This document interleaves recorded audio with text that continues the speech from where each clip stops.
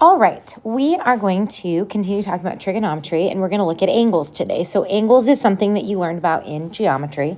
This is not really anything new, but we do define them a little bit differently. We have a standard way of defining angles, and we measure them a little bit differently than we do in geometry. So an angle, as we learned in your geometry class, is two rays that have a common endpoint. So in this diagram here, B is the endpoint they have in common, and that is called the vertex. One of the rays is called the initial side, and the other is called the terminal side. Now, the initial side is usually the one that's not going to move, okay? So if you think of it like a pair of scissors that is closed, you start with, there's the cats again, you start with two rays. Imagine this is two stacked on top of each other.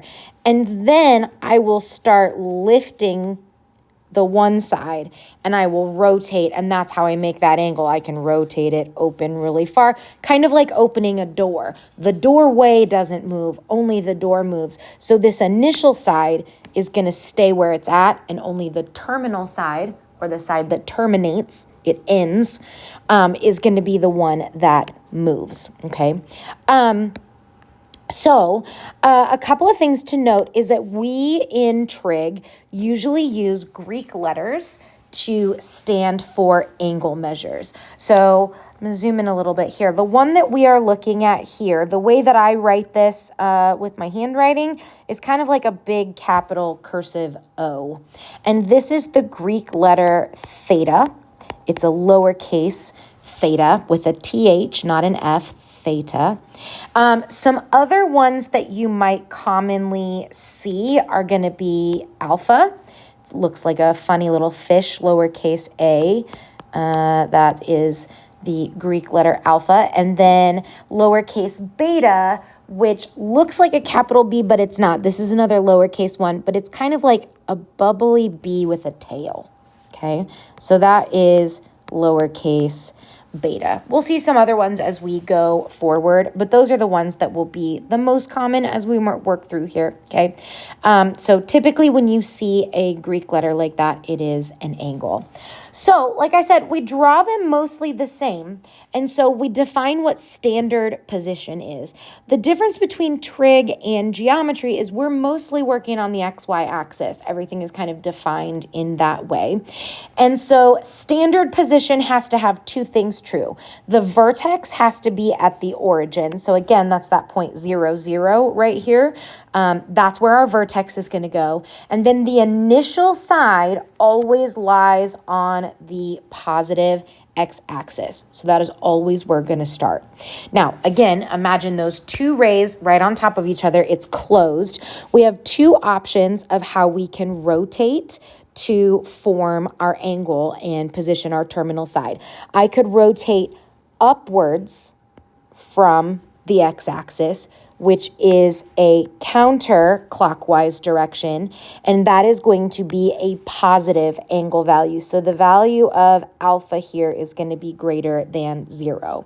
My other option is I could rotate downwards, which is a clockwise rotation, and that would make my angle negative. So in this case, theta has a value that is less than 0, okay? So the direction affects whether our angle is positive or negative. So everything is going to be directional here, we'll notice as we kind of move forward.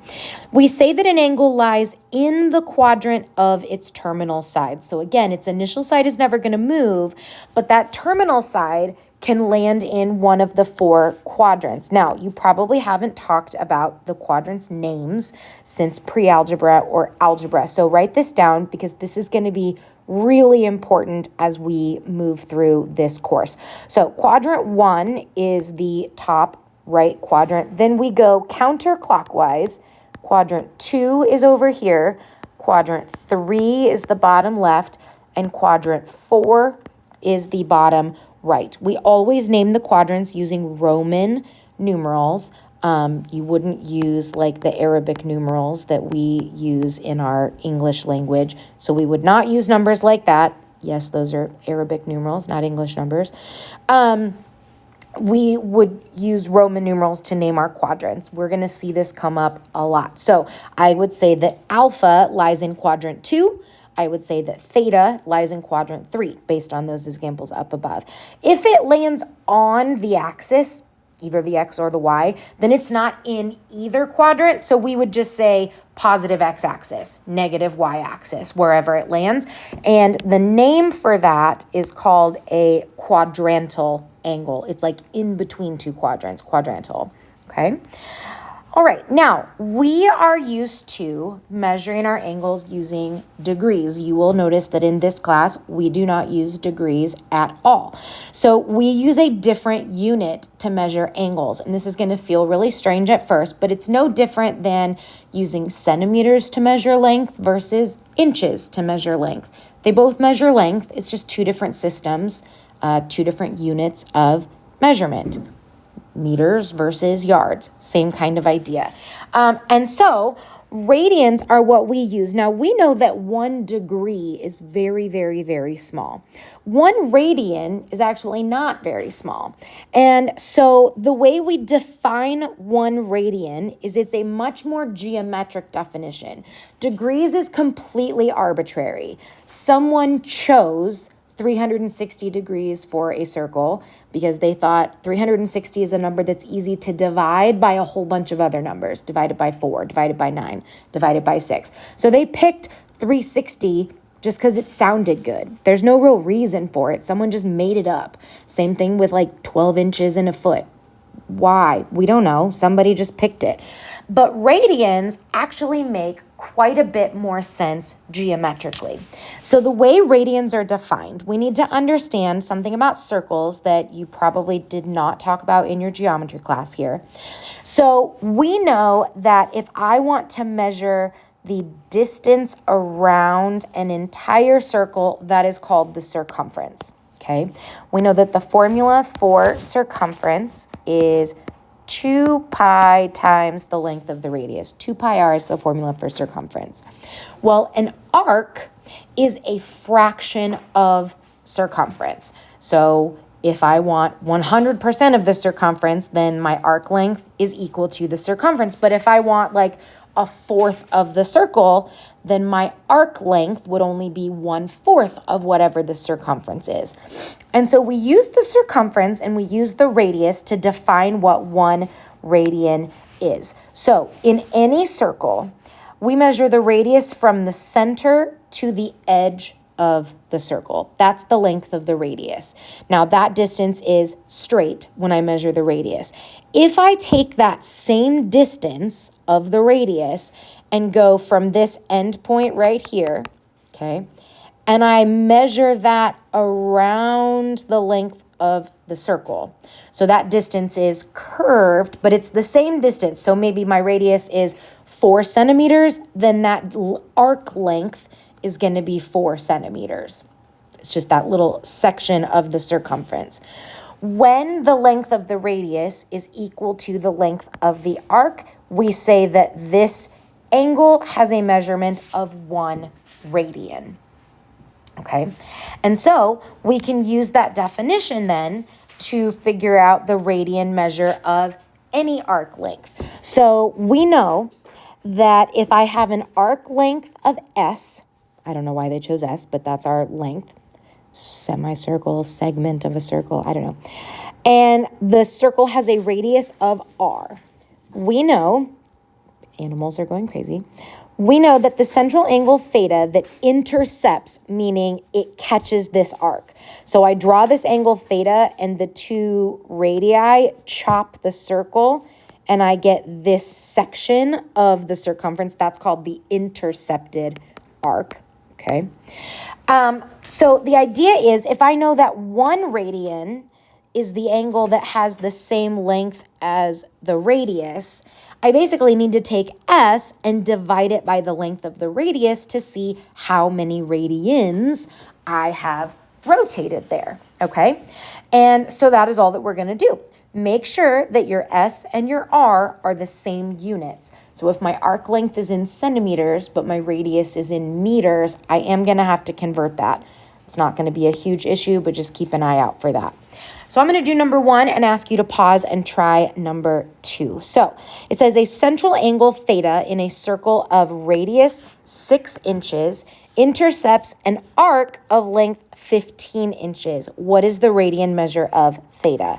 Well, the formula is that theta is equal to S divided by R. We know the radius is R, and we know the arc length is S. So our theta is going to be equal to 15 inches divided by 6 inches.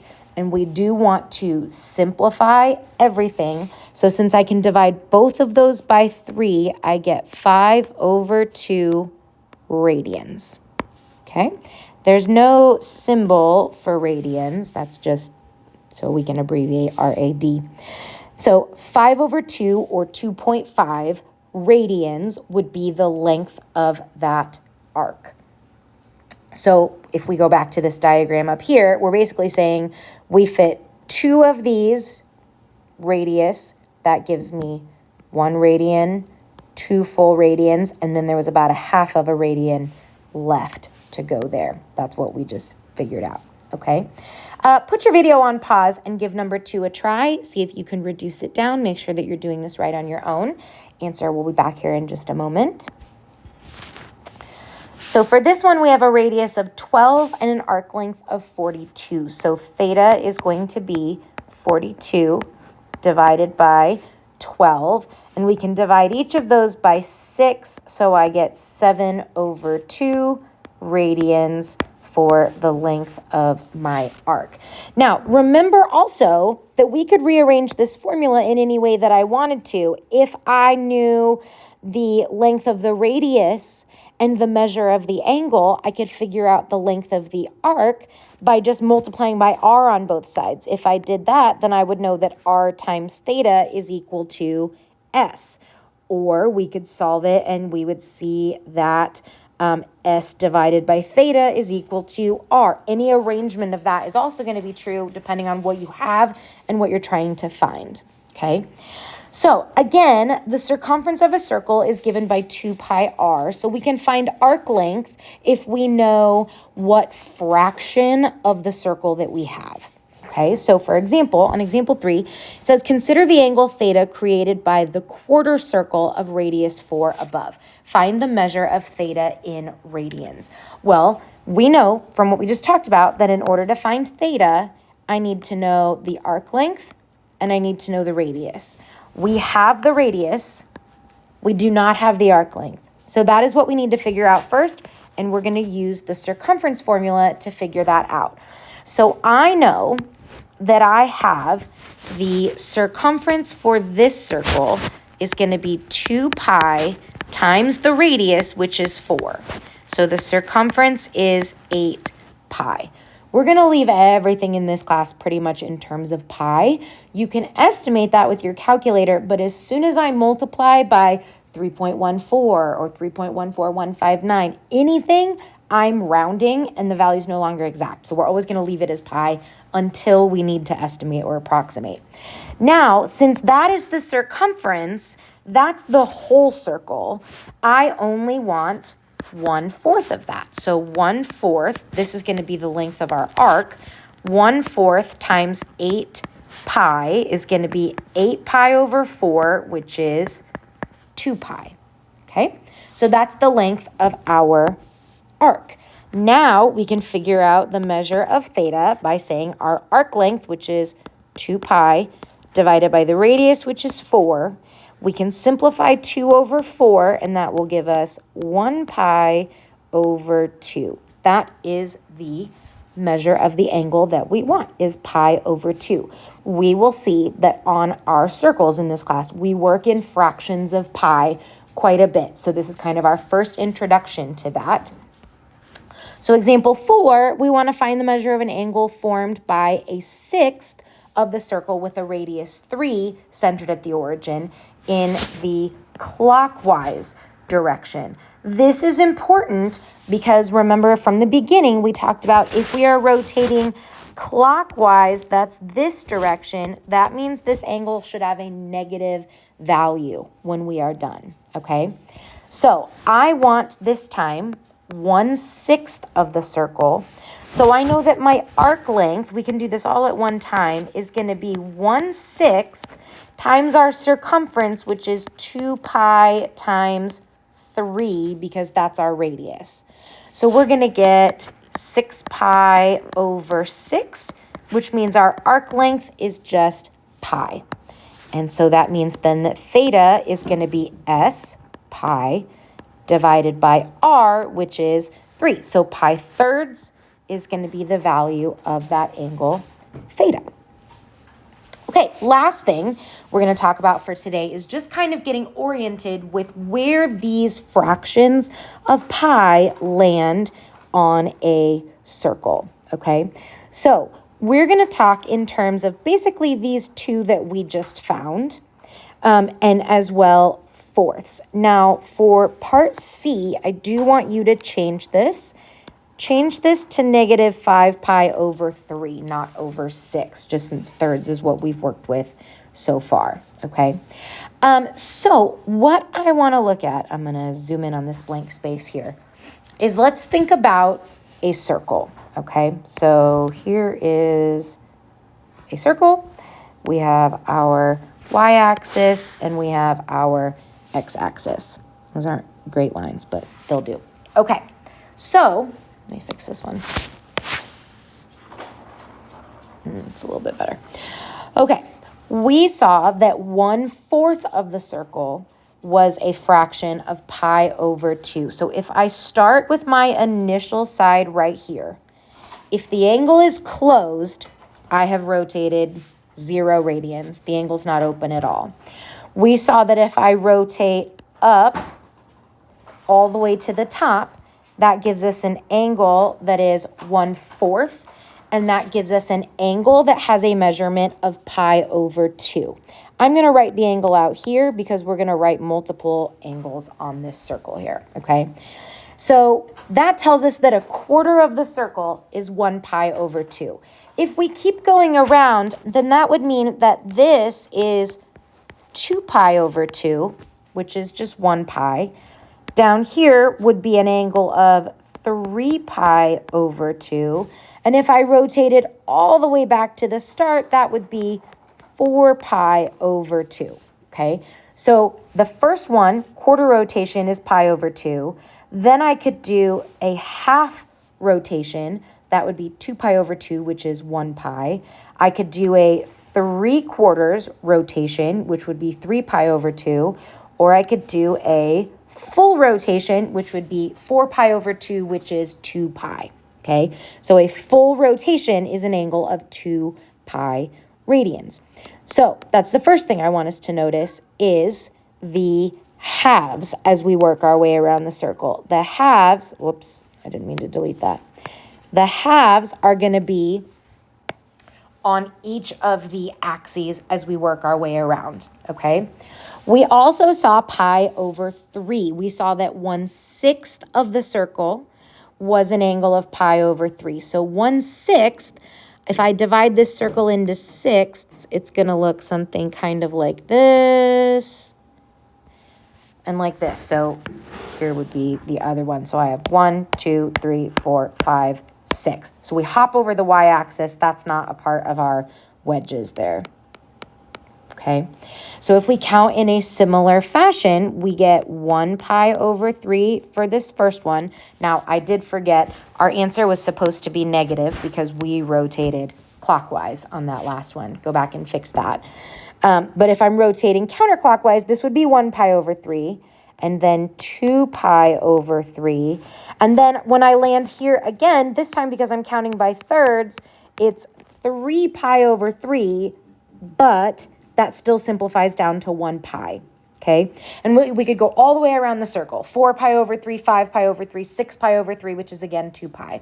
And then the last one that I will draw your attention to is if I divide the circle instead of into fourths, if I divide it into eighths, which would mean take each of my fourths and divide it in half. Now, we are going to spend a lot more time looking at fractions of a circle, but just know half of pi over 2, if I wanted half of that, would be pi over 4. So that's this one.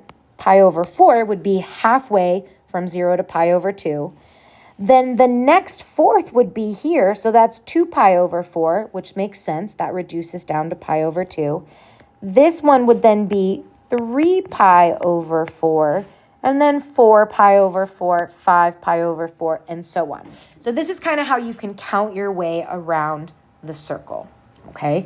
Notice that because a whole circle is 2 pi, you always get twice as many of the fractions as what you need. So for example, when I was counting pi thirds, I got 6 pi thirds in a whole circle. When I count pi halves, I get 4 pi halves in a whole circle because of all of that, okay?